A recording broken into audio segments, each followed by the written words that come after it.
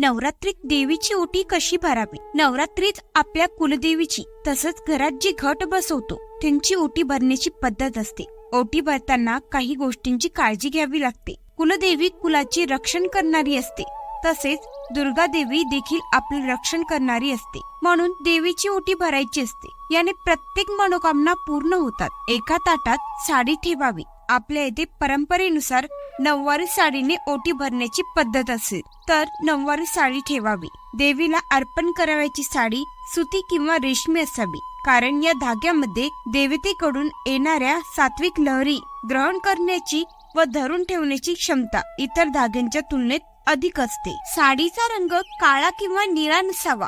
याऐवजी आपण हिरवा, लाल, केशरी, पिवळा, जांभळा असा रंग निवडू शकतो. एका ताटात साडी ठेवून तिच्यावर खण ज्याचा रंग देखील शुभ असावा, जसा की लाल, सोनेरी.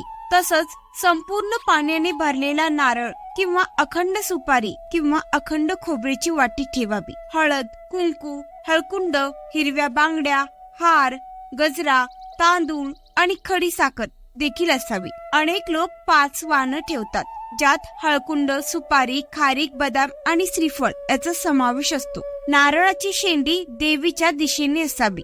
ओटीमध्ये पानाचा विडा ठेवणे देखील महत्वाचे आहे, ज्याला आपण तांबूळ असे म्हणतो. नंतर ताटातील या सर्व वस्तू हाताच्या ओंजळीत घेतल्यावर त्या स्वतःच्या छाती समोर येतील. अशा पद्धतीने देवी समोर उभे राहावे. देवीकडून चैतन्य मिळावे आणि आपली आध्यात्मिक उन्नती व्हावी अशी देखील भावपूर्ण प्रार्थना करावी. ओटीचे साहित्य देवीच्या चरणी अर्पण केल्यानंतर ओटीच्या साहित्यावर तांदूळ व्हावे. मंदिरात देवीला अर्पण केलेली साडी तिथेच अर्पण करायची असते. तसंच घराच्या देवीला अर्पण केलेली साडी आपण परिधान करावी किंवा एखाद्या सवाष्णीला पण देऊ शकता. तसेच घराच्या देवीला अर्पण केलेली साडी व त्यावरील नारळ जे असते त्यातील खोबरे प्रसाद म्हणून ग्रहण करू शकता. जय देवी दुर्गा माता.